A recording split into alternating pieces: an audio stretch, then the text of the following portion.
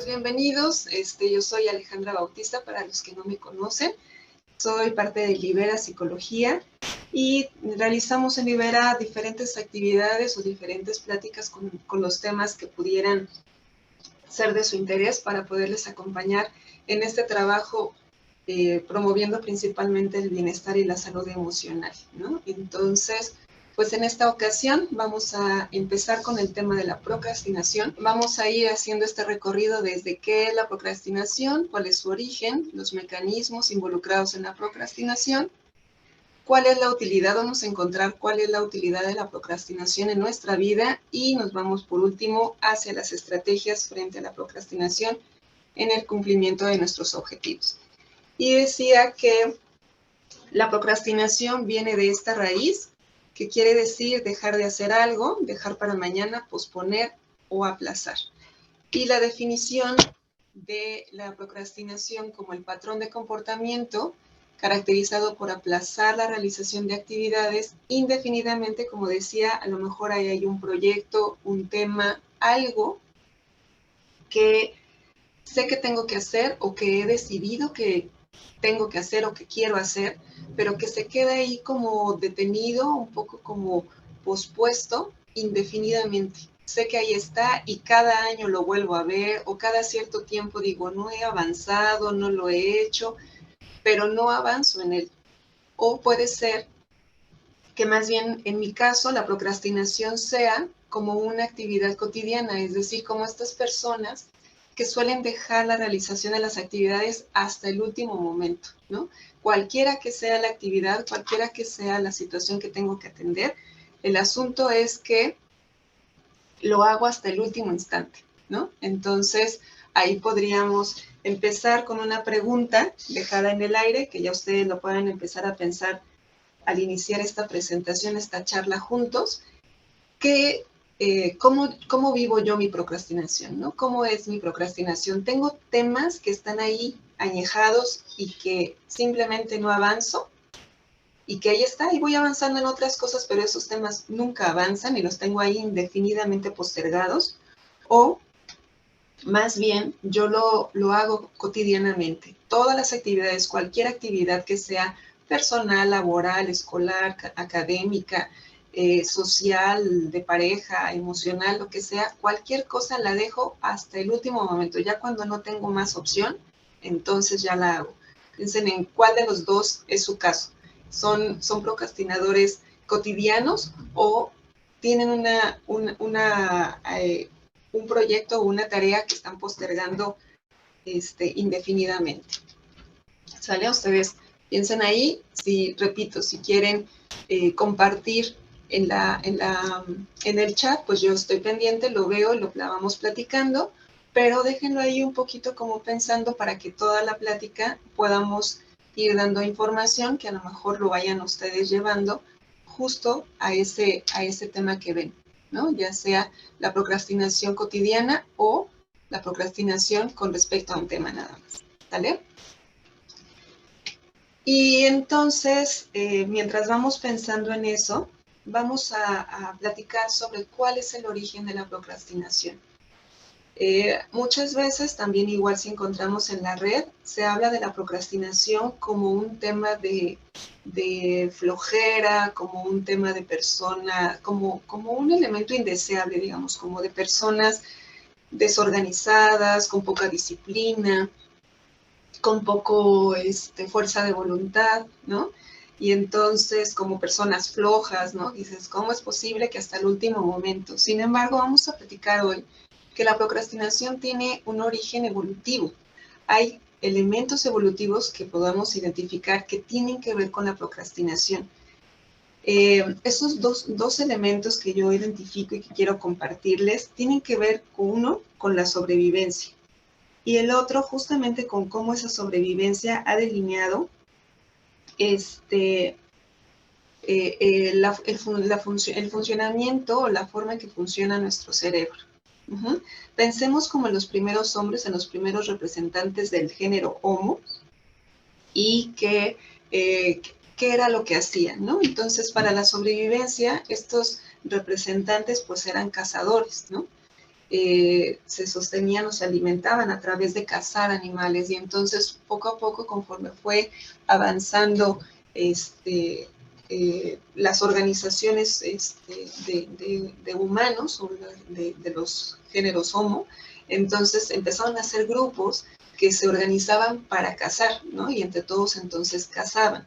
Y piensen en qué implica la cacería, cómo implica cazar a alguien, y entonces eso nos dice, podemos pensar en que necesitamos actuar, no planear tanto. A lo mejor la planeación con respecto a cazar es, bueno, tú vas por acá, yo voy por allá, tú le avientas, a lo mejor en el desarrollo de ciertas herramientas que pudieran ayudarles a potenciar su fuerza frente a otros animales que evidentemente eran más fuertes que ellos por tener garras o por tener colmillos y demás, porque el tamaño era mayor, pero la planeación es como muy puntual, digamos, ¿no? O sea, como que la planeación va en función de ese hecho, de ese acto. No es una planeación a largo plazo, es una planeación con respecto a una acción concreta.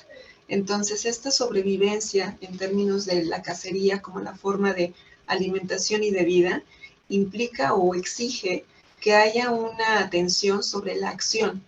Y para eso, entonces, hay un despliegue, hay un shot, una descarga de adrenalina que va a permitir justamente esta parte de actuar y de resolver la situación.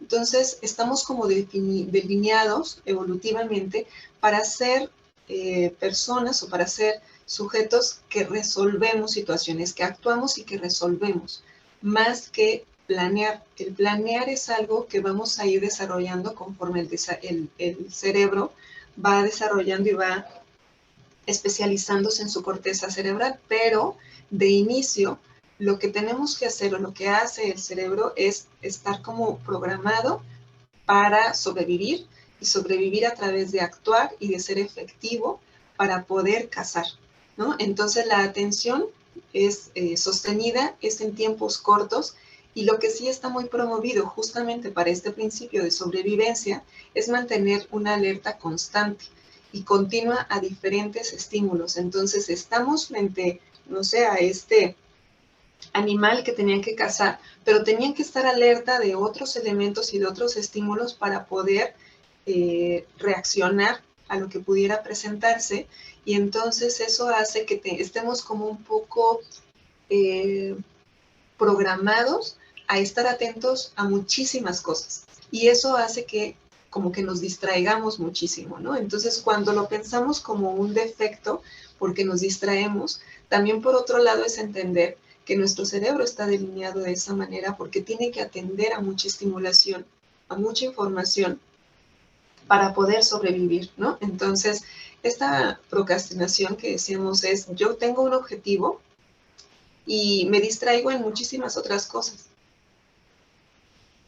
Pero, ay, perdón, es que quería estornudar, pero no pasó. Entonces, decía, tenemos un objetivo y me distraigo en otras cosas y voy haciendo algo, es decir, tengo que hacer un trabajo y entonces me acuerdo que me voy a hacer un cafecito. Y entonces voy a hacerme un cafecito, y en lo que voy a hacer un cafecito, entonces pues ya busco un panecito y luego vengo y entonces paso y me lavo las manos. Pero entonces ya que estoy por ahí, entonces cambio la toalla, pero entonces vengo y antes de empezar el trabajo me pongo a checar mi correo, o mando un chat, o hago una cita, y en fin, entonces me voy distrayendo con diferentes cosas. Esta parte de la distracción tiene este principio evolutivo. Tenemos que atender a muchísimos estímulos, ¿sale? Entonces entendamos que desde ahí la procrastinación tiene este elemento de atender a muchos estímulos y que la atención sostenida es corta. El otro elemento de evolución que está detrás de la procrastinación es el sistema de recompensa emocional. El cerebro está también programado a evitar el dolor y a buscar el placer. Esto es no solamente el placer del gusto, simple y sencillamente, sino que es evitar aquellas cosas que nos dañan o que nos lastiman o que nos duelen. Entonces el cerebro está programado para hacer esto. Entonces, aquello que me lastima, que me daña, va a ser algo que yo evite. Es instintivo, es una reacción natural buscar evitar, ¿no? El dolor, y entonces buscar el placer, como esta parte de estar en condiciones más seguras, en condiciones más cómodas, en condiciones más agradables. Eso es parte de lo que el cerebro está programado a hacer.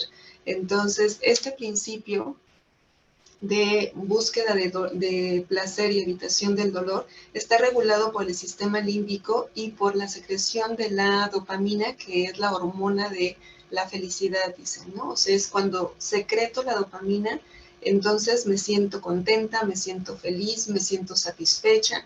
Entonces, cuando yo hago cosas que me dan placer, entonces voy a estar mucho más contenta que cuando hago cosas que me dan dolor. Entonces, si tengo que hacer un trabajo que me rompe la cabeza, que no me gusta o que no entiendo por completo, eh, en comparación a mandar un correo o ver un video o escuchar la música que me gusta o platicar con alguien que me agrada y demás, pues evidentemente la competencia pues no es pareja, porque obviamente platicar, hacer las cosas que me gustan van a estar mucho más promovidas por esta dopamina secretada a partir de este principio del sistema de recompensa emocional, buscar lo placentero y evito el dolor. Entonces la procrastinación también está respaldada, digamos, o sostenida desde este principio. Y por último, tenemos entonces también otro elemento más, que es cuando hay estos elementos entre la secreción de adrenalina y todo lo que me da la activación y la dopamina y lo que me da esta sensación de placer y de gusto. Si yo repito este tipo de dinámica cotidianamente, lo que va a pasar es que se va a volver un patrón y va a convertirse en un hábito, de tal manera que cada que yo tengo que enfrentarme a una nueva tarea, entonces mi hábito es procrastinar, ¿no? Y entonces esto se convierte como en algo como muy sólido, ¿no? Esa es mi manera de enfrentarme. Y entonces trabajar o tratar de tener un hábito es mucho más difícil que simplemente con tratar de tener una fuerza de voluntad y decir, no, ya, ahora con este nuevo trabajo lo voy a planear y voy a empezar a trabajar desde 2 semanas antes, ¿no? O sea, si no se trata como de una buena intención o solamente de fuerza de voluntad, sino de entender que esto se ha convertido por repetición en un hábito que está sostenido por estos principios evolutivos, ¿no? Y estos principios lo vamos a ver manifestados bajo diferentes mecanismos, que pueden ser mecanismos conductuales, mecanismos cognitivos o mecanismos emocionales. Conforme vamos platicando, a lo mejor a alguno les hace como más sentido, y repito, si algún momento hay algo que quieran comentar o que no está quedando claro, por favor, deténganme y coméntenme para que pueda aclarar si hay alguna situación que necesite más información, ¿sale? Ok, entonces, entendiendo esto es un elemento que está delineado por evolución, porque nos ayuda a sobrevivir y porque además nos da placer. Entonces vamos a entender algunos elementos que podemos explicar de por qué la procrastinación ocurre en nuestra vida a nivel conductual. En el caso del aspecto conductual, nos dice que todas las conductas, toda la conducta, cualquiera que podamos pensar, está movida por las consecuencias que tenga. Entonces, si yo tengo consecuencias agradables a una conducta, voy a buscar repetir esa conducta. Voy a tender a repetir las cosas que me dan una satisfacción o una consecuencia agradable.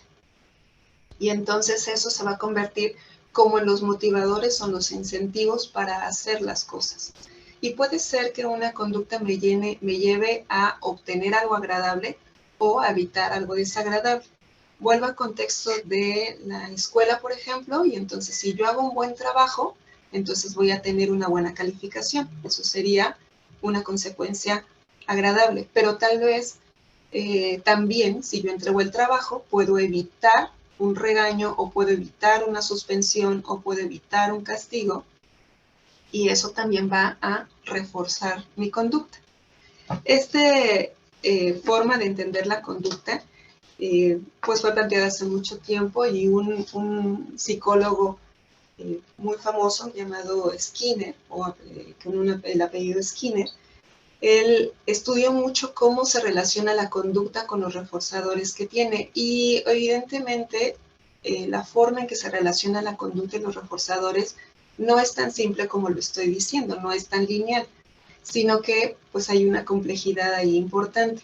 Entonces él lo que hizo fue diferentes experimentos en los cuales como que movía la manera en que daba los reforzadores a las diferentes conductas que iba probando. Él trabajó con ratas, con palomas, con conejos, y entonces lo que hacía era pedir, digamos, a los diferentes animalitos que hicieran algo, y entonces él les daba un cachito de comida como un reforzador. Y entonces se daba cuenta qué pasaba cada vez que él daba ese cachito de comida, y lo que pasaba es que si, por ejemplo, a las ratitas les pedía, las metía en una cajita, y entonces pedía que apretaran un botón, y si apretaban el botón les daba un cachito de comida, y entonces la ratita lo que hacía era apretar más veces el botón. Entonces lo que él hizo fue empezar a mover el tiempo en el que entregaba ese cachito de comida, y se dio cuenta que si ese cachito de comida lo daba cada cierto tiempo fijo, lo que pasaba es que esta ratita se daba cuenta que si apretaba el botón durante un cierto tiempo no le daban nada hasta que llegaba el lapso en el que estaba decidido o definido que iba a recibir la comida.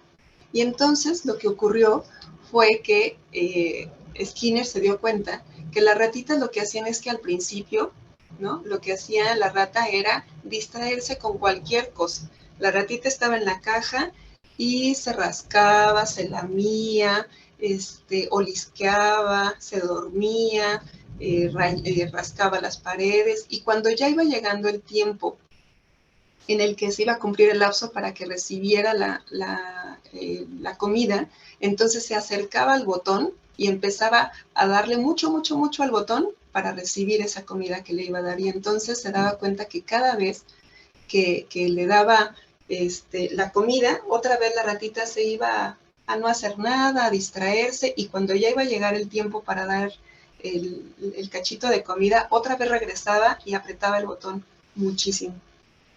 Y entonces eso se dio cuenta que, pues que definía cómo es que se relacionaba la conducta con el cachito de comida, con el reforzador que iba recibiendo. Y entonces podemos verlo con nosotros, a lo mejor ese mismo esquema, y por ejemplo, en el asunto del trabajo, ¿no? O sea, nosotros trabajamos y nos pagan a la quincena o al mes.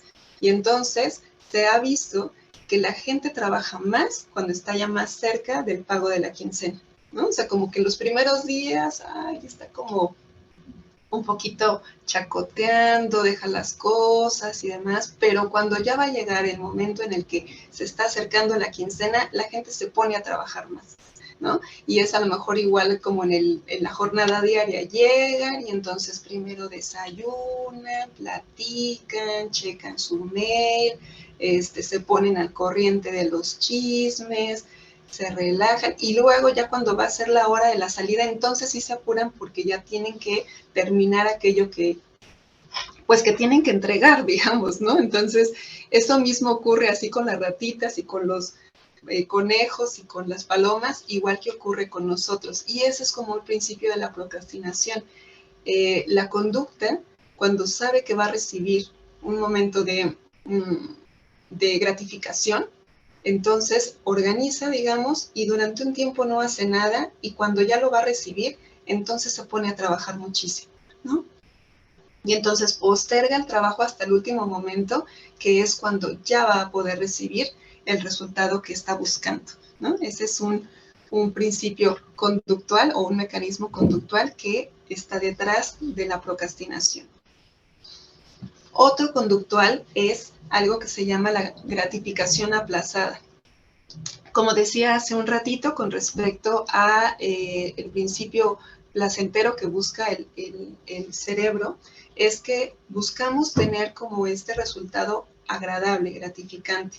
Y cuando el resultado o la consecuencia tarda mucho en llegar, entonces no toleramos como la espera.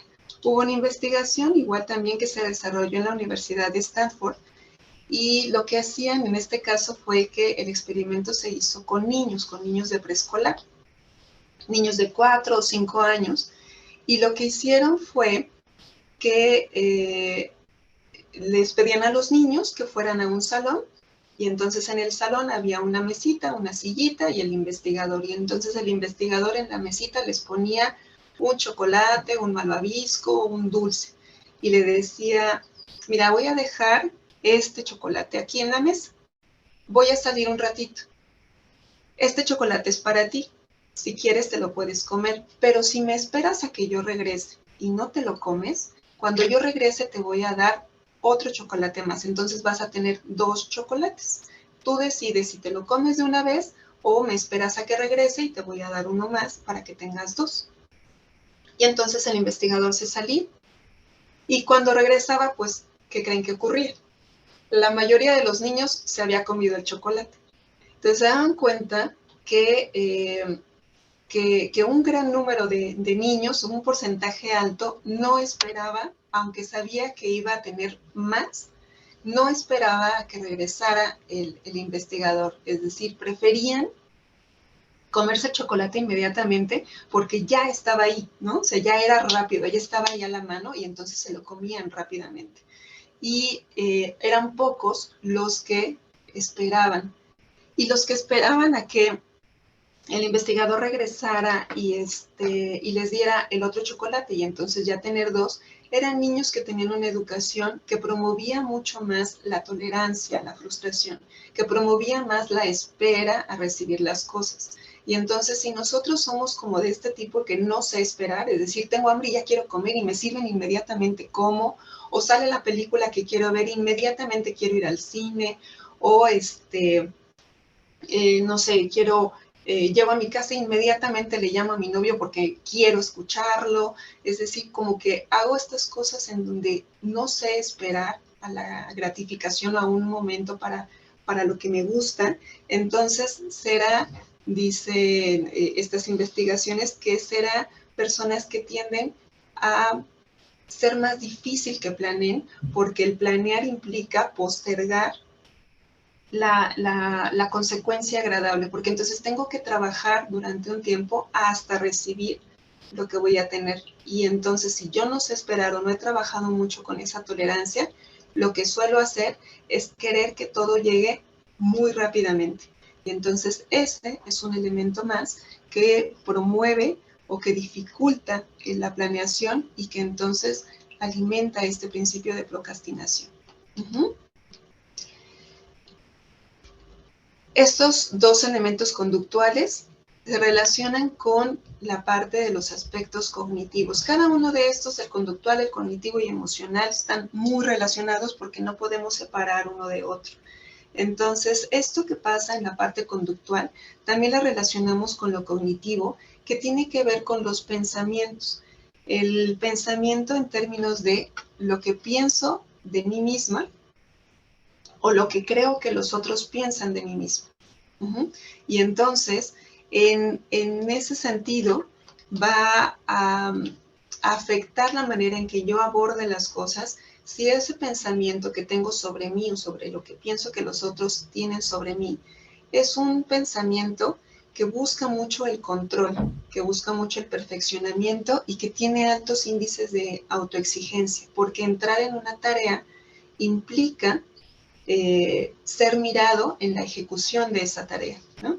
Entonces, si para mí es muy importante o para mí es algo que me afecta la manera en que me ven los otros, entonces esta búsqueda de perfeccionamiento, esta búsqueda de hacer las cosas excelentes o de exigirme demasiado, va a tender a generar una sensación o una experiencia de estrés y de angustia o de ansiedad que va a actuar entonces en lo que habíamos platicado como evasión del dolor, porque si es tan angustiante, si es tan estresante, entonces lo que va ocurriendo es que mejor voy postergando para no entrar en este momento de estrés y de desagrado, en esta actividad desagradable, para que pueda postergar lo más posible esta sensación. Y entonces se convierte como en una forma de hacer las cosas, postergarla, porque lo que estoy tratando es evitar el dolor de entrar en esa tarea.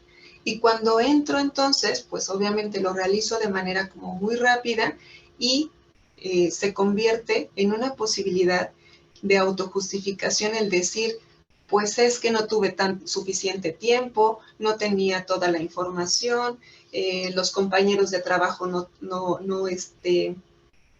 respondían, no trabajaban al parejo, si me hubieran dado más tiempo, ¿no? Y entonces es una manera, postergar la tarea o la realización de la tarea permite o ayuda a que yo pueda entrar en una autojustificación de decir que si la tarea no tiene el nivel competitivo o el nivel de satisfacción que yo buscaría, es porque no he tenido suficiente tiempo o las condiciones necesarias y no porque porque no sea lo suficiente bueno o lo suficientemente eficiente, ¿no?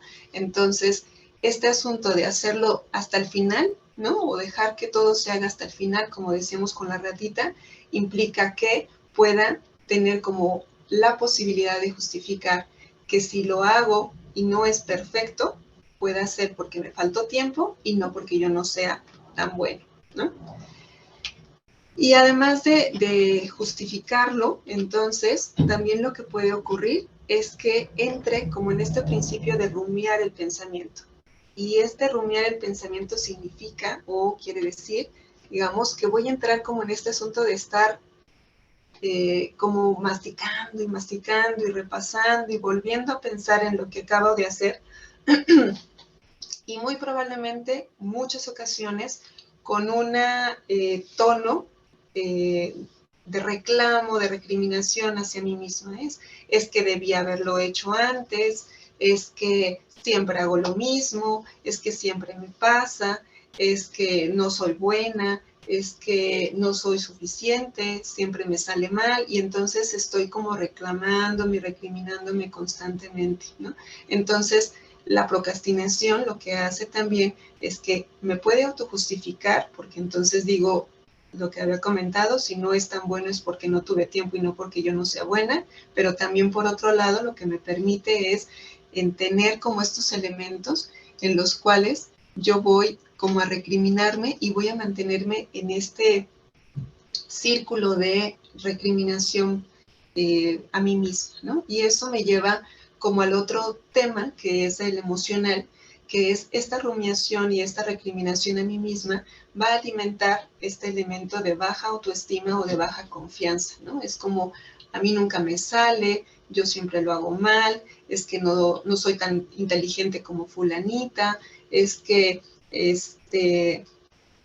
nadie quiere trabajar conmigo, ¿no? Es que seguramente soy indeseable, ¿no? Entonces empiezo como en esta parte de estarme recriminando y entro como en un proceso de victimización y de autocastigo, que aunque pareciera contradictorio, es algo que me permite mantenerme encerrado y no enfrentarme a este reto, a esta situación que implica entrar en la realización de los proyectos o de las cosas que quiero hacer, ¿no?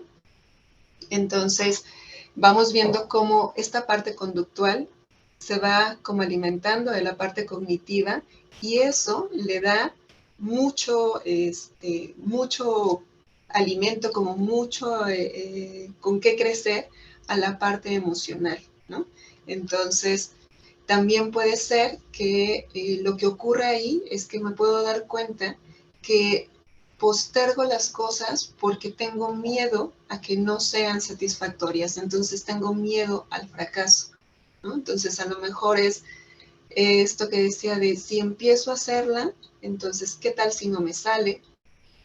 ¿Qué tal si no queda como esperan los demás? ¿Qué tal si no espera no queda como yo misma espero? Y entonces este miedo al fracaso y esto que genera ansiedad hace que siga postergando, ¿no? Hay un elemento más emocional que puede estar involucrado con la procrastinación y es como esta necesidad o este deseo de autoinclusión. Y voy a explicar un poquito más este elemento porque es más común de lo que nos podemos imaginar, pero a lo mejor no es como tan claro. Y el asunto de la autoinclusión implica el sentirme parte de algo, el sentirme parte de un grupo, parte de una familia, parte de un grupo de trabajo, un grupo de amistad. Y entonces es, por ejemplo, si yo destaco en mi trabajo, trabajo mucho, me destaco, empiezan a verme y me promueven a un puesto mayor, si yo hago eso y entonces crezco, lo que voy a hacer es que voy a dejar de pertenecer al grupo en el que estoy, ¿no? Entonces, en este grupo yo tengo a mis amigos, me llevo bien, ya tengo una buena relación y entonces si yo destaco, dejo de pertenecer porque ahora voy a ser el jefe de estos o me van a pasar a otra área o voy a tener que hacer cosas diferentes o voy a tener que entrar en otro grupo. Y entonces eso hace que yo pierda a este grupo, ¿no? A este grupo ya que tengo afianzado. Y aunque pareciera incongruente, sacrificar mi crecimiento por la pertenencia, esto puede ser uno de los elementos que contiene y que hace que boicotee mi avance hacia las cosas que se supone que quiero hacer, ¿no? A lo mejor otra forma de hacerlo es como con la familia. Es muy común que hablemos como a veces de estas como lealtades a la familia. Y pensemos, por ejemplo, ¿no? Eh, una familia que vive en condiciones muy precarias o que tiene una economía muy baja y a lo mejor hay condiciones o situaciones de adicciones o de violencia y demás. Y alguien de esta familia logra romper con eso y sale, digamos, de esta situación y estudia, consigue un trabajo, empieza a ganar bien y forma una familia, tiene una pareja con la que tiene una relación de respeto, tiene una familia, digamos, con una dinámica sana y entonces en algún momento visita a su familia de origen y entonces se entera, ¿no? Le dicen, ay, pues es que no, te habíamos dicho, pero fulanita se peleó con no sé quién y entonces tuvo problemas con su marido y luego también la otra sultanita, la hija, y entonces le van contando y dice, ¿y por qué nadie me cuenta a mí? Y les dicen, ah, bueno, es que tú eres diferente, ¿no? O sea, tu vida es otra cosa, tú estás de otra manera, entonces, ¿para qué te contamos estas cosas? Y aunque no pareciera una intención de exclusión, la persona se puede sentir excluida porque no es ya como la familia, ¿no? Puede ser que no sea la intención excluirla, o algunas ocasiones sí hay como una intención de, es que tú no eres diferente, así que tú ya no perteneces aquí.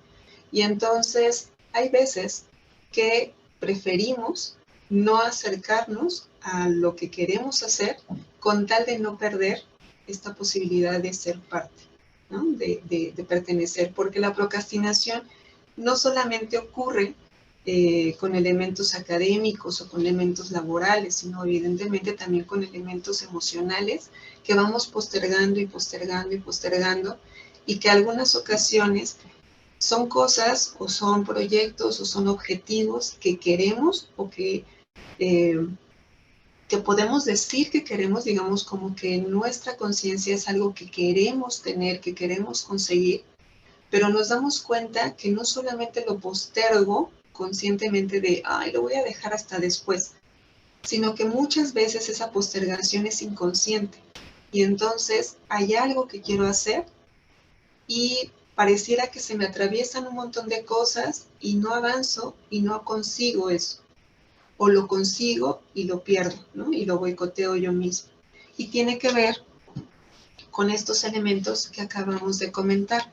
¿no? Que les acabo de comentar, ya sea con la parte de estos pensamientos y con cómo he aprendido a pensar sobre mí y sobre los otros y sobre cómo los otros piensan sobre mí. Y con esta parte emocional que alimenta esta visión de mí misma, esta autoimagen, esa autoestima, esa confianza en mí y este círculo de victimización o de castigo o de boicoteo personal. Y que puede ser también el miedo al fracaso o al contrario, el miedo al éxito, porque si consigo esto que quiero, voy a tener que hacer algo que no quiero hacer. Uh-huh. No sé si hasta aquí vamos bien. ¿Alguien quiere comentar algo o quiere alguna o tiene alguna duda? ¿Vamos bien? Si no veo más y no veo comentarios acá en el chat, entonces voy asumiendo que vamos juntos, vamos bien, ¿sale? Entonces pensemos en todo eso y entonces piensen en esta primera pregunta de qué es lo que yo procrastino. ¿Yo procrastino cotidianamente las cosas o procrastino un tema en particular? ¿Qué tipo de procrastinador soy yo? Y puede ser que procrastine porque me gusta la adrenalina de hacerlo hasta el último momento, o a lo mejor procrastino porque me cuesta trabajo empezar a trabajar o empezar a poner cartas en la mesa sobre las cosas para poder avanzar y a lo mejor eso me permite evitar una condición desagradable o tener que esperar demasiado para algo agradable, ¿sale? Piensen si alguno de estos elementos que acabamos de comentar les aplica, les suena, les parece que tiene que ver con ustedes y en ese sentido, entonces, ¿en cuál de esos tendrían que poner más atención para poder romper con este círculo de procrastinación? ¿Sale? Entendiendo entonces este origen y estos mecanismos de la procrastinación, entonces pasamos al tema de la utilidad de la procrastinación.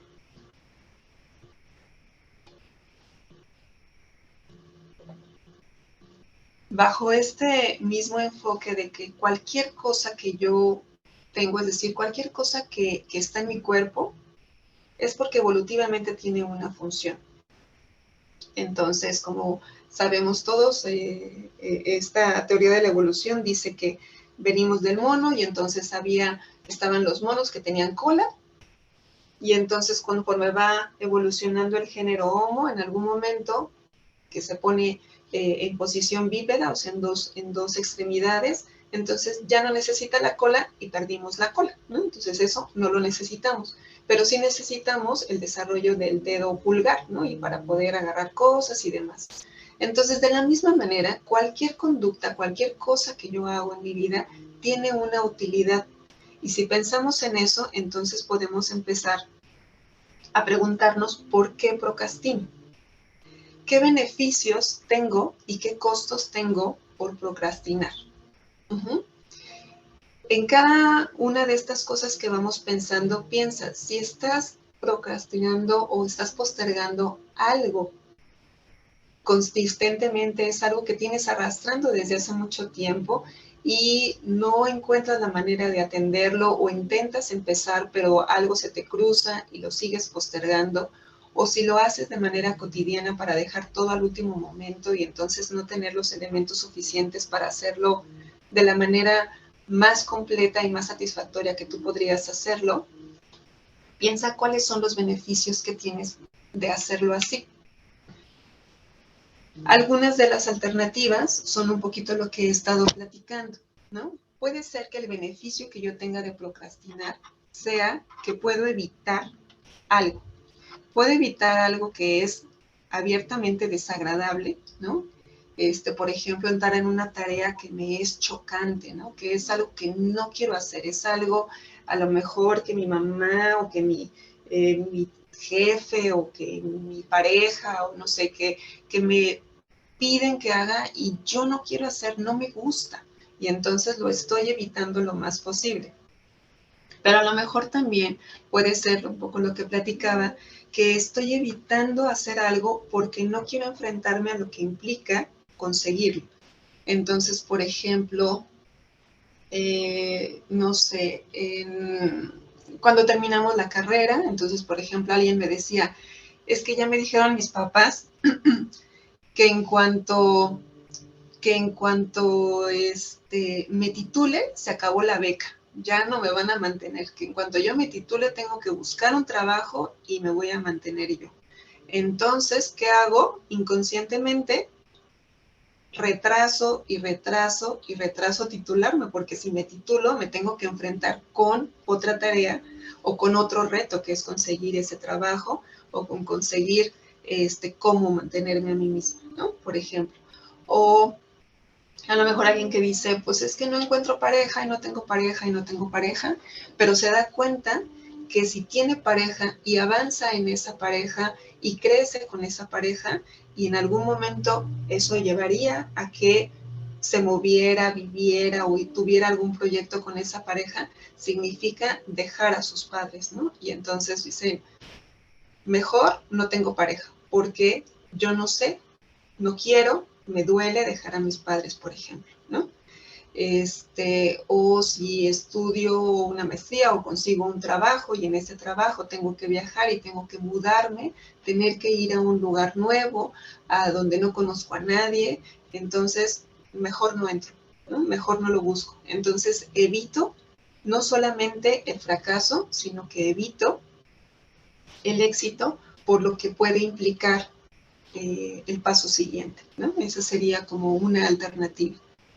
Otra cosa que podríamos ganar con la procrastinación sería como esto que platicaba sobre la afirmación de la autoinclusión. Es decir, si yo no consigo pues más una mejor economía, o no tengo una buena familia, o una pareja saludable, o no tengo una condición mejor de salud, ¿qué tanto eso hace que yo pierda mi grupo de referencia y que no sea parte, ¿no? Entonces la procrastinación y no avanzar hacia eso que quiero puede ayudarme o puede darme el beneficio de mantenerme siendo parte de este grupo al que pertenezco, ¿no?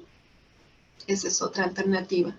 Y una más sería como ir construyendo otras formas de afrontamiento, es decir, puede ser que yo procrastine con un tema, haciendo otras cosas, con otros como distractores, pero esos distractores también me ayuden a irme enfrentando a otros pequeños objetivos que son más accesibles o que son más cercanos, y con eso pueda ir construyendo una mayor fortaleza, y entonces la procrastinación me ayuda a ir fortaleciendo en pequeñito algo que necesito para poder ir a un reto más grande, ¿no?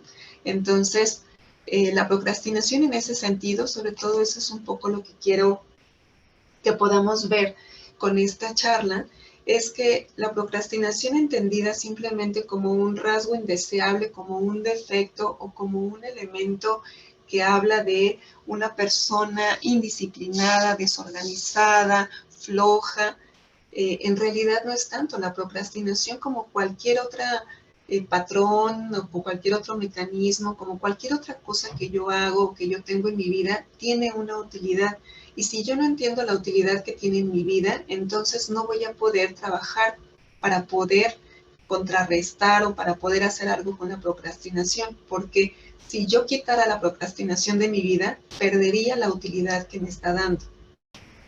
Entonces tengo que identificar cuál es la utilidad de la procrastinación para poder encontrar otras formas de conseguir esos mismos beneficios, o de encontrar las formas de enfrentarme o de acercarme a eso que estoy evitando de una manera más amable, para que entonces la procrastinación no esté deteniendo mi avance o mi desarrollo y crecimiento, ¿sale?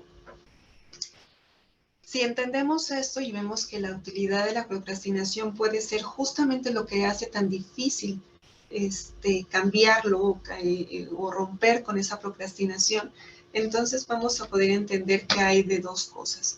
Si la procrastinación o la utilidad de la procrastinación tiene que ver con motivos profundos, con motivos más personales, por ejemplo, asuntos de autoestima, asuntos de autoexigencia, asuntos de miedo al éxito, de miedo al fracaso, asuntos de miedo a la exclusión o la pérdida de la pertenencia.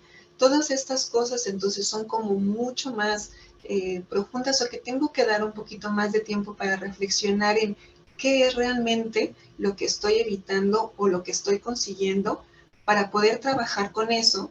Y entonces primero tengo que trabajar con esos motivos que están detrás de la procrastinación antes de entrar al otro lado, que es la disciplina o hábitos que yo puedo desarrollar para poder alcanzar mis objetivos. No quiere decir que tenga que hacer uno u otro, sino que puedo hacer simultáneamente ambos, pero teniendo muy claro que no puedo abordar o tratar de romper con la procrastinación solamente desarrollando disciplina y hábitos, porque en realidad la procrastinación me está dando un beneficio que es un motivo mucho más profundo. Entonces tengo que trabajar con esto, ya sea a través de un trabajo personal, terapéutico, reflexivo, lo que yo decida hacer, pero tengo que irlo atendiendo para que entonces lo que yo pueda ir desarrollando con la disciplina y con los hábitos verdaderamente pueda llevarme a poder conseguir romper con este patrón de procrastinación y poder avanzar hacia las cosas que verdaderamente quiero. Mientras entonces cada uno puede identificar cuáles serían los motivos personales y los beneficios que va consiguiendo con la procrastinación y trabaja con ellos, voy a terminar esta charla con poder platicar algunas estrategias en términos de disciplina, de hábitos o de ciertas formas de organización que puedan ayudarnos frente a la procrastinación. Pero repito, esto siempre y cuando o al paralelo de ir pensando en cuáles son los motivos más profundos que están detrás de mi procrastinación, ¿sale? Entonces vamos a ver estas estrategias, pero acuérdense que tenemos que pensar o no perder de vista cuáles serían mis motivos para procrastinar, qué estoy ganando o qué estoy perdiendo para que trabajando con eso, todos estos ajustes que yo pueda ir haciendo verdaderamente me lleven a poder romper con este ciclo de procrastinación. ¿Ok? Va. En el caso de las estrategias de la procrastinación, frente a la procrastinación, nuevamente, si buscamos en libros o en las redes y demás, vamos a encontrar un montón de propuestas que nos dicen cómo organizarnos, y si poner alarmas, y si hacer listas, y si generar esta disciplina y demás. Entonces, vamos a tomarlos, pero las he organizado de tal manera para que veamos que no nada más es hacer listas por hacer listas, sino hacer listas, pero acompañándolas de otros elementos que pueden hacer que tengan sentido. ¿Sale? Entonces, ¿las listas funcionan? Sí, claro que funcionan, porque ese es un principio de organización. Y yo voy a distinguir en este caso, voy a compartirles como una forma de verlas en términos de listas diferentes. Hay una primera lista que es una lista general, por ejemplo, como cuando ahorita a principios de año puedo identificar lo que quiero conseguir en el año, o lo que quiero conseguir en 10 años, o lo que quiero conseguir en 5 años, con cómo me veo en ese tiempo. Y entonces tengo listas de objetivos que quiero alcanzar. Quiero tener una salud, una mejor salud, quiero comprarme una casa, quiero tener un auto, quiero tener un trabajo, quiero casarme, en fin, ¿no? Los objetivos que yo tenga. Pero es bien importante que cuando yo me siento a hacer estos objetivos o hacer esta lista de objetivos, sean objetivos claros, específicos y alcanzables. Porque es como si yo fuera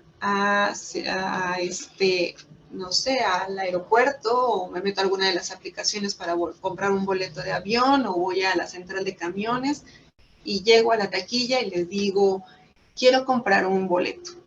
Y entonces la persona que está atendiendo me dice, sí, claro, ¿a dónde? ¿A dónde quiere ir? Y entonces yo le digo, pues no sé, pues un lugar así que tenga como playita, ¿no? Pero también sabe que me gustaría como un pueblito mágico, o no sé, un lugar donde tenga muchos museos, y en fin, ¿no? Y entonces la persona se me va a quedar viendo y me va a decir, ¿sabe qué? Vaya a pensar a dónde quiere ir, y cuando lo tenga claro viene y se vuelve a formar, ¿no? Entonces, cuando hacemos estas listas sin claridad, es justamente como hacer eso, ¿no? Si yo tengo claro que quiero ir a Nueva York o que quiero ir a Cancún, entonces voy y compro ese boleto y entonces voy a dirigirme hacia ese lugar, ¿no? Entonces, cuando hagamos nuestra lista, primero vaciemos ahí todos estos objetivos que queremos, pero de una manera lo más clara, específico y alcanzable posible, ¿vale? Y una vez que tengo esta primera lista, así, toda así, la lista como tal nada más que salga, lo siguiente que voy a hacer es pensar en los motivos que yo tengo para esos objetivos. Es para qué o por qué quiero esos objetivos. Pero esos motivos tendrán que ser personales y con significado psicológico personal. No motivos como externos, es decir, voy a estudiar una maestría porque me la piden en el trabajo, o voy a, no sé, o voy a ponerme a dieta porque a mi novio no le gusta cómo me veo, ¿no? No sé, cosas que tienen que ver con un motivo externo. Cualquiera de estos objetivos que están ahí, busca un objetivo que tenga un motivo personal. Es decir, quiero buscar un trabajo y decir, ¿para qué quieres un trabajo? Pues para tener dinero. ¿Y para qué quieres dinero? Pues para comprarme cositas. ¿Pero qué cosas quieres comprar? Pues no sé, ahí lo que hay, ¿no? Y entonces, pues si lo tengo ahí, con esta, digamos, como falta de claridad, difícilmente voy a darle continuidad a ese objetivo porque no tiene un motivo personal. Si yo digo, quiero un trabajo porque quiero ganar dinero para poder conseguir una independencia, porque quiero ser independiente, autosuficiente y quiero poder darme gustos como viajar o como tener un auto personal, y entonces eso me dé autonomía.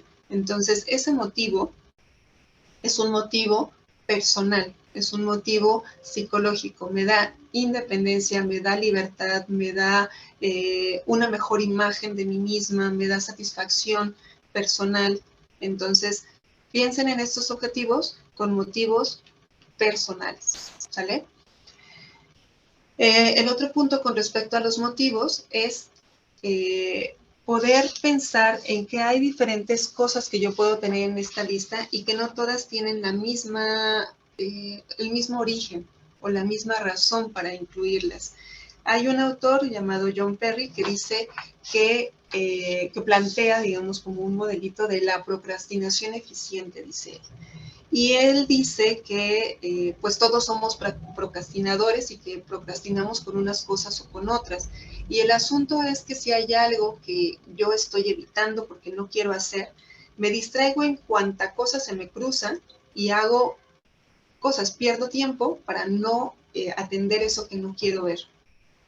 Entonces él dice, yo soy procrastinador, pero para evitar eso que no quiero hacer, he hecho muchísimas otras cosas que son productivas. Por ejemplo, tengo que titularme y entonces eso me genera como mucha dificultad, me da resistencia, pero al evitar o al evadir titularme, lo que he hecho es publicar muchos otros artículos, ¿no? Entonces, no he conseguido la titulación, pero he conseguido otras cosas que son muy productivas también.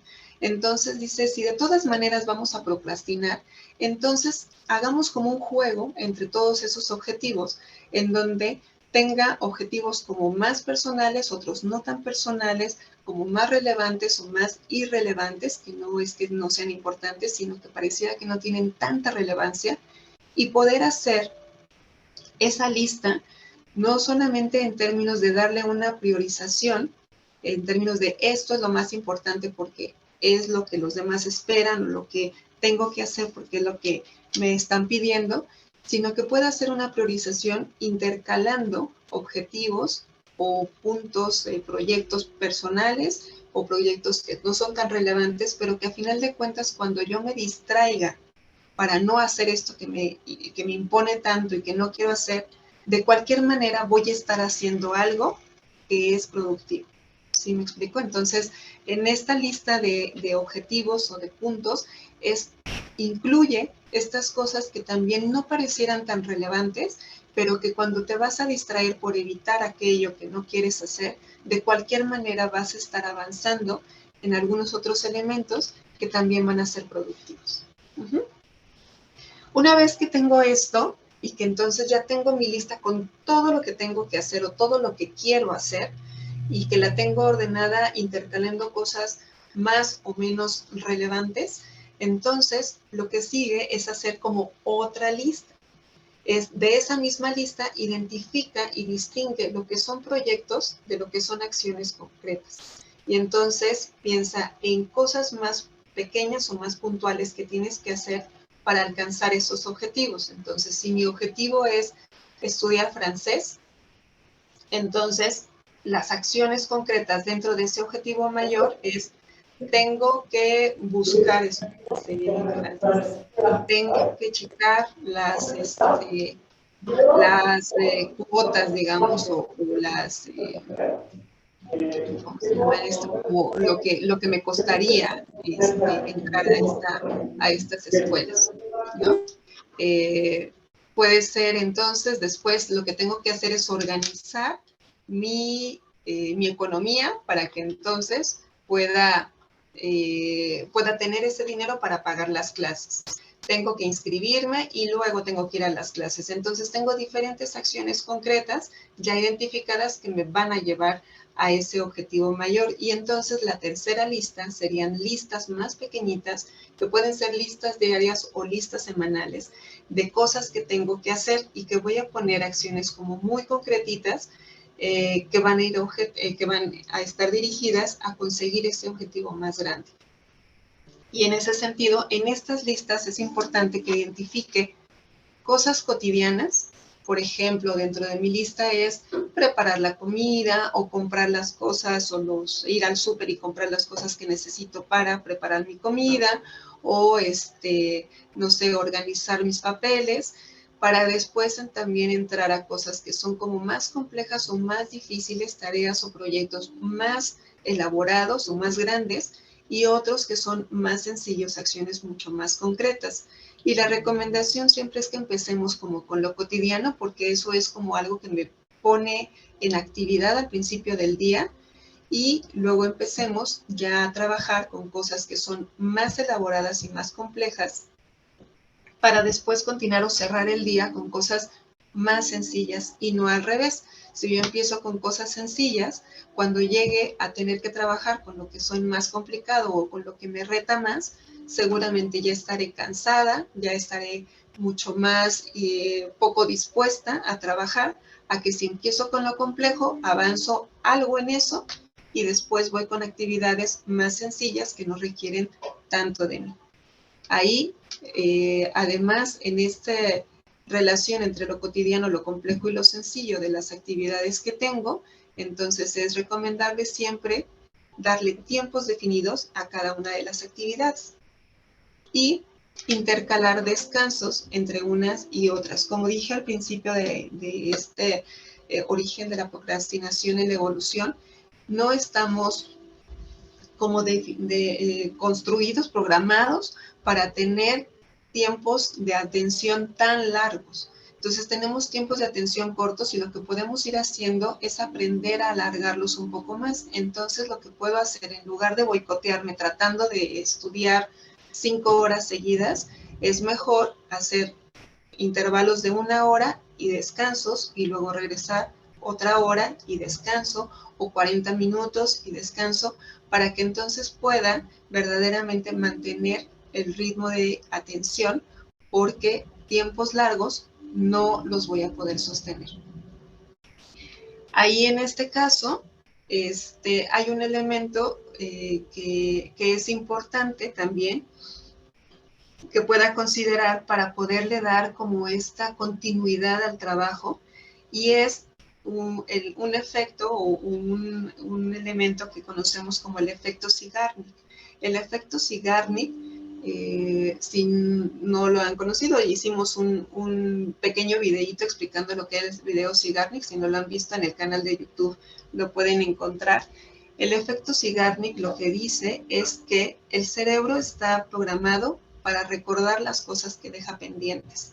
Entonces, el efecto Zeigarnik lo explicamos cuando tengo algo sin cerrar, va a hacerme que regrese y que regrese porque no lo he completado. Y cuando yo quiero cerrar algo, entonces el efecto Zeigarnik lo que hace es que tengo que cerrar para poderme ir o para poder dejar esa actividad o esa relación o lo que esté a medias. Pero para fines de trabajo, para darle continuidad a los objetivos o a los proyectos, el efecto Zeigarnik es una gran herramienta. Porque entonces, si yo tengo un proyecto grande como escribir una tesis, como escribir un artículo, como terminar un trabajo, como armar algo, entonces el efecto Zeigarnik lo que dice es interrumpe, no des tanto tiempo, digamos, no te pongas en intervalos de 3 o 5 horas hasta terminarlo, sino que déjalo como a la mitad o déjalo sin terminar, porque entonces esta tendencia del cerebro para regresar a las cosas que están pendientes te va a hacer regresar a esa tarea que dejaste a medias para darle continuidad. Entonces, mucha gente lo que recomienda es cuando estés más emocionado haciendo algo, que es como lo que pasa con las series o con las novelas o con las películas que están así como en partes, que cuando está lo más interesante se acaba el capítulo y entonces te dicen que hasta la siguiente semana. Y estás así súper ansioso que llegue la semana para ver qué pasó. Entonces el efecto Zeigarnik actúa así. Si tú estás escribiendo algo para un proyecto y lo dejas a la mitad, digamos, o no lo dejas concluido, entonces al otro día estarás más dispuesto a regresar a eso porque lo dejaste ahí inconcluso y regresas a él, ¿no? Entonces esa también es una recomendación y por eso los tiempos definidos y los intervalos de descanso. Y por último, pues otros elementos que son como ya más conocidos, que es utilizar la red de apoyo, ¿no? A veces no queremos contar, ¿no? Mucha gente dice, no quiero contar mis proyectos porque se salan, ¿no? Y entonces a lo mejor me los echan a perder. O digo a que voy a hacer algo y luego no se cumple y luego la gente me va a decir, pues ahí está, no que lo ibas a hacer. Ese es como un miedo que tenemos, pero si tenemos una red de apoyo, utilizar esa red nos puede ayudar mucho también para darle continuidad. Es decir, si a mí me cuesta trabajo pararme temprano y tengo algún amigo que es muy tempranero, pues entonces digo, ¿sabes qué? Échame una llamadita, nada más que suene el teléfono y eso ya me despierta, ¿no? O voy a avanzar en ritmos de una semana en este proyecto y entonces tú a la semana me pides los avances, ¿no? Y entonces esa red de apoyo puede ayudar a hacer un compromiso personal para darle continuidad. El otro nos dicen es que definamos recompensas. Como dije en el asunto de el placer postergado o el inmediato, es si yo tengo solamente todo lo que estoy trabajando va a tener una consecuencia agradable, pero a largo plazo, tengo que pasar mucho tiempo trabajando antes de conseguir un reforzamiento o una buena consecuencia. Entonces, lo que puedo hacer es incluir como consecuencias o como reforzadores en medio, digamos, como en medio de la realización. Por ejemplo, lo que ocurre con el trabajo, ¿no? Entonces, yo trabajo y me pagan a la quincena, pero por eso surgieron como estos planes de los premios de puntualidad o los premios de productividad. Y es que si yo llego temprano todos los días, entonces voy a tener un elemento más de recompensa, o si trabajo más de lo que habitualmente está esperado, entonces puedo tener una recompensa además de mi salario, ¿no? Esa es una manera de introducir recompensas. En nuestro caso es si tengo un proyecto y tengo que escribir, tengo que hacer una entrega, tengo que armar algo, decía, tengo que construir algo, puedo irme dando en los intervalos recompensas, algo que me agrade, que me dé como este reconocimiento de el avance que voy teniendo, aunque no tenga terminado por completo el proyecto. La meditación es una forma también muy importante para trabajar, porque como decíamos, saber esperar y no tener esta necesidad de obtener las cosas inmediatas es importante para poder contrarrestar la necesidad de la procrastinación. Entonces, la meditación que promueve esta espera, sí, como esta tranquilidad para poder ir dándole salida a las cosas, me va a ayudar también para poder hacer frente a la procrastinación. Y por último, pues el control de distractores. Si yo tengo un espacio con demasiados distractores, hay música, tengo el acceso a videojuegos, a las redes sociales, si tengo la estimulación o la cercanía de los hijos, de un vecino, de mi amigo y demás, pues entonces es mucho más difícil darle continuidad. Entonces, tratar o buscar controlar los distractores va a ser una forma de poder hacerle frente a la procrastinación. Todos estos elementos pueden verlos en términos evidentemente de lo que preguntamos al principio. ¿Qué es lo que tú procrastinas? ¿Cuál es la utilidad de tu procrastinación? Y una vez que tengas entendido o visto esto, entonces puedes realizar como un plan de acción, tomando en cuenta todos estos elementos para poderle dar continuidad a aquello que quieres o a aquello que tienes que hacer para que puedas alcanzar los objetivos que tienes planteados. Entonces, este es un panorama que quise compartir con ustedes en este día. Y pues vamos a cerrar con estos últimos comentarios para que ustedes me digan qué les parece, qué dudas tienen, qué, pues no sé, qué quieran comentar después de todo esto que acabamos de platicar el día de hoy. ¿Sale? Entonces, pues aquí estamos. Regreso. Cuéntenme cómo están, qué les pareció, qué quieren comentar. Los escucho.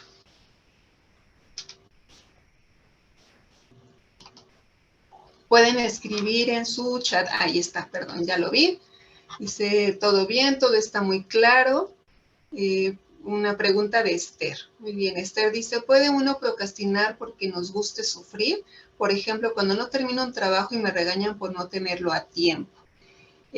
Pues sí, Esther decía cuando hablaba de los mecanismos conductuales, cognitivos y emocionales, a veces, ¿no? Cuando no tengo justamente el resultado que se supone que yo espero, porque pensemos en que a veces creemos que este asunto de la procrastinación es completa y absolutamente voluntaria, ¿no? Me gusta hacerlo hasta el final, pero muchas veces no es que me guste, sino que inconscientemente voy dejándome hasta el último momento. Y entonces entrego cosas que no tienen el nivel o la calidad que a lo mejor yo podría tener o que yo quisiera tener.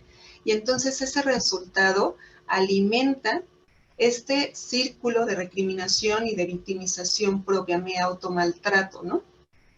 Y entonces, como decía, es como esta parte de decirme, ya ves, es que no lo hago bien, es que no soy suficiente, si ya me lo decía mi mamá, ¿no? O si ya con razón, ¿no? Con razón no me contratan, o con razón no me incluyen, ¿no? Es una forma también de justificarme que las cosas no estén bien porque esta procrastinación me hace dejarlo hasta el último momento y no dar el nivel que puedo tener y poder alimentar con esto este círculo de automaltrato que puedo tener, ¿no? Y entonces ahí por eso decía, cuando me doy cuenta que eso es lo que hago, entonces, además de estas estrategias de disciplina, en realidad algo que tengo que checar es cuál es el origen de esta necesidad de automaltratarme, digamos, o este círculo de victimización personal, ¿no? Es algo que aprendí, es algo que heredé inclusive, ¿no? Es algo que también me mantiene en una lealtad familiar porque a lo mejor así es el discurso familiar, ¿no? Entonces puedo ir identificando estos círculos en donde yo me enredo, ¿no? Entonces sí, Esther, no sé si contesto toda tu pregunta completamente, si no, escríbenos y podemos ampliar más, ¿vale? Silvia, veía tu manita levantada. ¿Quieres comentarnos algo? Sí, hola, buenas tardes, noches. Buenas Ay, tardes. súper súper agradecida con esto que estoy oyendo, porque pues me da un panorama distinto. Yo he pospuesto mucho una titulación y pues sí, o sea, sí tenía como un poquito ahí medio presente que es porque pues no me gusta hacer tesis, ¿verdad? Pero con esto que tú mencionas, todos estos elementos, o sea, sí hay un más allá. Si yo no lo hago, no es porque o sea floja o por el trabajo, no, sino porque algo más allá me está deteniendo y bueno, estas herramientas que tú das al final creo que me dan como una línea, pero sí creo que tengo que ir al fondo.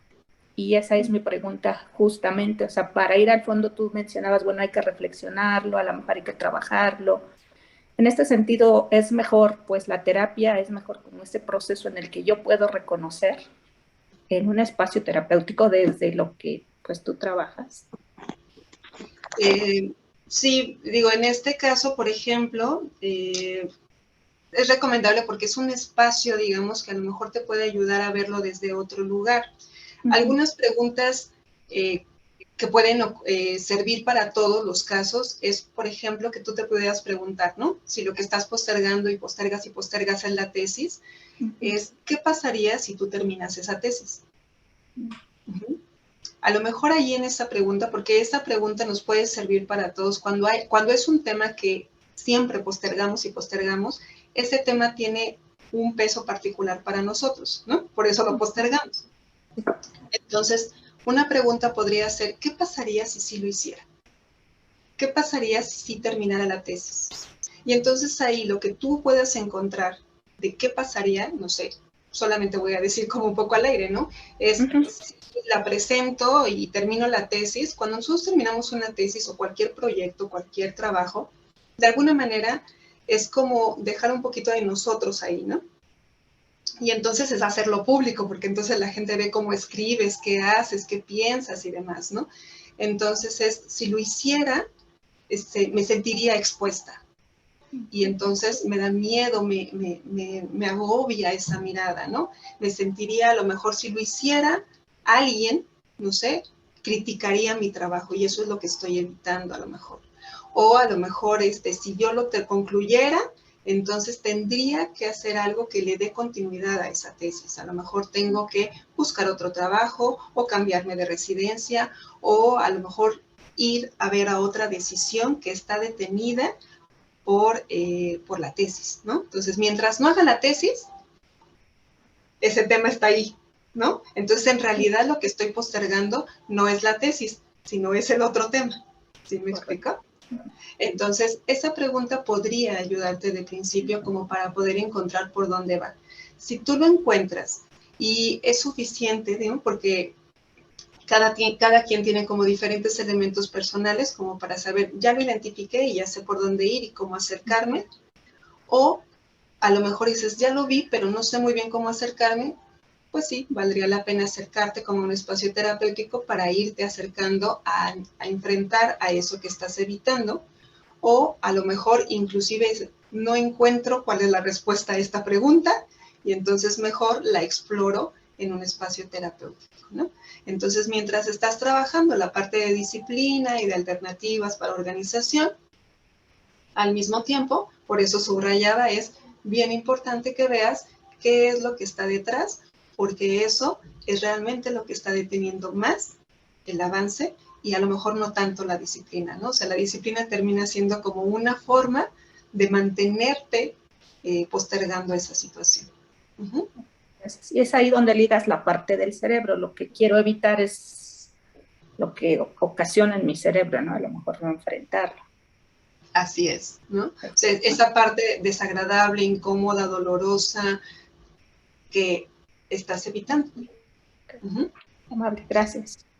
Al contrario, Silvia, para nada, gracias. Esther contesta acá que sí, que está explicado, que sí le contesté bien, entonces muchísimas gracias, Esther. Y dice, ¿no? También, que se da cuenta que tiene que ir un poquito más profundo. Efectivamente, casi todos cuando ya vemos la procrastinación y nos quitamos como de esta primera imagen de la procrastinación como flojera, entonces ves que hay motivos mucho más profundos y que entonces si le rascamos un poquito más, seguramente vamos a encontrar cosas que tenemos que trabajar y que una vez que trabajemos vamos a poder avanzar no solo en ese tema que a lo mejor estoy postergando, sino en todos los demás que empiezan a surgir, ¿no? Entonces, pues esa era un poquito como la intención. No sé si hay alguna otra duda, ¿alguien quiere comentar algo más?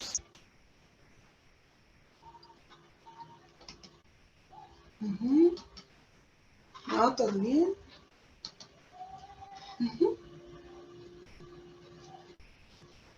Hola, Mariel. Muy bien, Mariel, ¿quieres comentarnos algo, Mariel? Ay, muchas gracias, Ale. Estuvo muy interesante la plática. Sí, ¿te gustó? ¿Te ayudó en Sí, algo? sí, mucho. Ok, perfecto. Entonces, pues ya, a profundizar entonces. Gracias, Mariel. Muy bien. Bueno, no sé, ¿alguna más? Esperamos un momentito más si alguien tiene alguna otra pregunta o algún otro comentario. ¿No? Yo, Ale, soy Claudia García. Ajá, ok. Hola, Clau, ¿cómo estás? Hola, bien, gracias. Pues yo más bien me quedo como más preocupada, porque te decías que a veces es cotidiano, ¿no? Ponerlo cotidiano, pero yo mi procrastinación es como permanente en muchas cosas, ¿no? Entonces, en algunas ya entendí, digo, no es que exactamente por qué, pero ya puedo más o menos medir idea con lo que nos comentaste de por dónde viene, ¿no? Y obviamente no lo habíamos pensado así, porque para eso están ustedes, que nos abren un poco más la mente y más bien es por las consecuencias, ¿no? Por el resultado que puede haber, tanto negativo como positivo, ¿no? Pero en mi caso incluso pues pongo cosas que me agradan hacer y que ya haciéndolas las disfruto mucho, pero las pospongo, les pongo porque pues, ahorita que sí sigo trabajando en casa, con mi trabajo ahí no tengo problema, en general, ¿no? Pues que sea de 10, pero bueno, ahí no tengo problema. Ni hago las cosas de último momento, trato de hacerlas con tiempo precisamente para no presionarme al día de entrega, ¿no? O un día antes. Pero en cosas más cotidianas, más personales, es donde más me atraso. Entonces, voy a ponerme a hacer esto, ¿no? Pero como tú dices, pero bueno, yo con mi WhatsApp siempre tengo un mensaje. No tengo, pues voy a checar el correo personal, ¿no? Bueno, el del trabajo sí tengo como horario fijo. Y, no, pero ya me dio frío, voy a hacer un café. Bueno, en lo que me tomo mi cafecito, pues me voy a poner a ver la tele, ¿no? Entonces, sí, como que digo, si hubiera hecho, ya luego me pongo a hacer las cosas, digo, si me hubiera puesto a hacerlas, de haber terminado desde qué hora y ya estuviera disfrutando más mi cafecito, viendo una serie o algo así, ¿no? Entonces, te digo que me dejas más preocupada porque creo que lo mío es demasiado crónico o algo así, no sé, ¿no? Claro. Pues en este caso, Clau, por ejemplo, ahí puedes ver, por eso distinguía como las dos cosas. Si te das cuenta, como soy un procrastinador cotidiano, ¿no? O sea, digamos, como que hago este asunto de la procrastinación cotidiana, puede tener más que ver con esto que manejaba al final, como las estrategias. Es decir, tú puedes identificar si tiene que ver como con organización y con distractores, ¿no? Que ahí a lo mejor pudiera ser no necesariamente más sencillo, pero que es un poquito más concreto con lo que tienes que trabajar. Y en el asunto de estas listas iniciales que decía, es el punto este de la procrastinación eficiente. O sea, si de todas maneras vas a perder tiempo, digámoslo así, ¿no? Como muy entrecomillado. Si te vas a distraer con otras cosas, entonces integra en esas cosas, perdón, integra en esas cosas en las que te distrae, cosas que también de alguna otra manera son productivas y que también tienes que hacer, ¿no? Porque eso te da como otra forma de organización. Hay personas, como decía al principio, que como que disfrutan esta parte como de hacer las cosas al final o como dejarlas de hacer y demás, como que pues es grato, ¿no? O sea, es esta shot de adrenalina de, ay, no, ya mañana lo tengo que entregar y demás, o hacerlo a la mera hora, les gusta. Pero es como decía al inicio, ¿cómo puedes recibir o cómo puedes trabajar o poder obtener también esta misma sensación de adrenalina o esta misma condición de dopamina, de felicidad, de entregar algo desde otros elementos, ¿no? Y entonces ahí puedas intercalar esta parte de organización para que, aunque te distraigas, digamos, de uno de los objetivos, en realidad estés produciendo o avanzando en otros, ¿no? Esa sería como a lo mejor una recomendación. Y la otra, como comentaba hace un momentito, esa pregunta que igual nos sirve a todos, como de pensar, ¿qué pasaría si lo hago sin procrastinar? ¿No? O sea, ¿qué pasaría si soy organizada y si me disciplino como hacemos? ¿Qué pasaría? ¿No? O sea, no sé, a lo mejor en algunos casos, no sé, en algunos casos puede ser la procrastinación es como un hábito familiar, o sea, todos lo hacemos así. Y entonces, como decía en algún punto, eh, si no procrastino yo, entonces como que dejaría de ser como todos en la familia, ¿no? Por ejemplo, no lo sé, ¿no? Pero eso podría ser como una pregunta de, ¿qué pasaría si lo hiciera diferente? Al mismo tiempo que vas trabajando a lo mejor con esta parte, este modelito de la procrastinación eficiente me parece como muy interesante porque efectivamente si voy a hacer una lista en lugar de meter picarme los ojos o estar chateando, ¿no? A lo mejor pongo organizar mi ropa, ¿no? Que pareciera que no es productivo, pero que obviamente si organizo mis papeles, organizo mi ropa o me meto a regar mis plantitas o alguna cosa por el estilo, también me está dando un elemento con el cual estoy construyendo cosas, ¿sí? No nada más me estoy distrayendo. Entonces podría ayudar también a lo mejor un poco, claro. Sí, claro que sí. Bueno, pues lo voy a poner en práctica y ya les comentaré. Muchas gracias, Ale. Ok, claro que sí. ¿No? Ale, yo tengo una última pregunta. Claro, Mar. Si como familia procrastinamos, ¿cómo podemos dejar de procrastinar todas? Sí, mira, ahí en este caso, igual que en cualquier otra situación que es familiar, tú no puedes hacer algo para que todas dejen de procrastinar. Tú puedes hacer algo para que tú puedas trabajarlo diferente.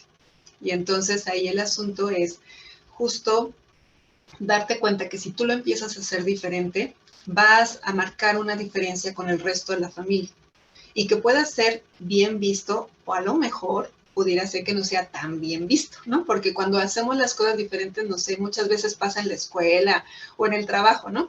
Que todos dicen, no, no vamos a entrar a clase, ay, no, mejor vamos a decirle al profe que no entró la liga y no entramos a clase, ¿no? Y demás. Entonces tú dices, no, sí, yo sí voy a entrar, ¿no? Yo voy a hacer mi examen y demás. Y entonces todos te malmiran porque dicen, ay, María, o sea, haces que todos quedemos mal, ¿no? O cuando uno trabaja y hace que queden mal todos. Entonces, a veces, que tú lo hagas diferente no está tan bien visto. Entonces, ahí, cuando tú te das cuenta que es un asunto familiar y hay que empezar a cambiarlo porque tú lo quieres hacer diferente, tienes que ir trabajando personalmente, como decía Silvia, con este asunto de cómo afianzar tu pertenencia y saber que tú eres parte de esto, aunque lo hagas diferente, para que no te boicotes, para hacerlo igual que todas, aunque no sea lo que quieres. ¿Sí me explico? Eso es como claro, por ejemplo, en un asunto, como decía en el ejemplo anterior, en donde hay violencia en la familia o donde hay adicciones y entonces, o por ejemplo, todos tienen obesidad y alguien dice, no, yo quiero hacerlo diferente y empiezas a hacer cosas diferentes, pero te separa, digamos, como de ellos, ¿no? Y eso es algo que tienes que trabajar para que no sea lo que te regrese. No puedes cambiar a los demás, pero si tú empiezas a hacer ese trabajo contigo, tal vez puedas meter una información diferente en la familia que alguien más diga, ah, me gusta lo que está haciendo Mariel y empiece a hacerlo diferente. ¿Sí? Gracias, Ale. Al contrario. Jesús sugiere por acá, y me parece una muy, muy buena sugerencia, que para que podamos como cerrar con esta plática, con todo lo que platicamos y con lo que ya ustedes hayan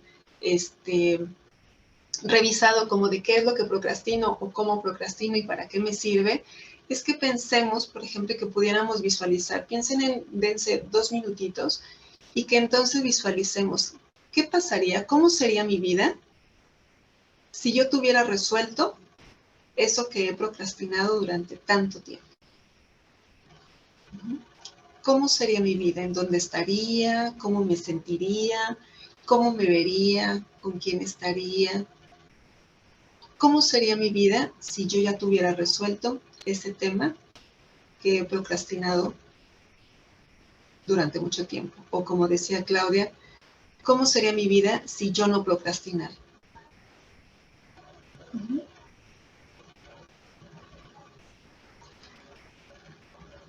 ¿Sale? 2 minutitos, piénselo, visualícenlo, dense su tiempecito y pues vamos a cerrar con ese ejercicio, ¿sale? Piensen como en esa parte y nos vamos como con ese saborcito de pensarle cómo sería mi vida si no procrastinara, ¿sale?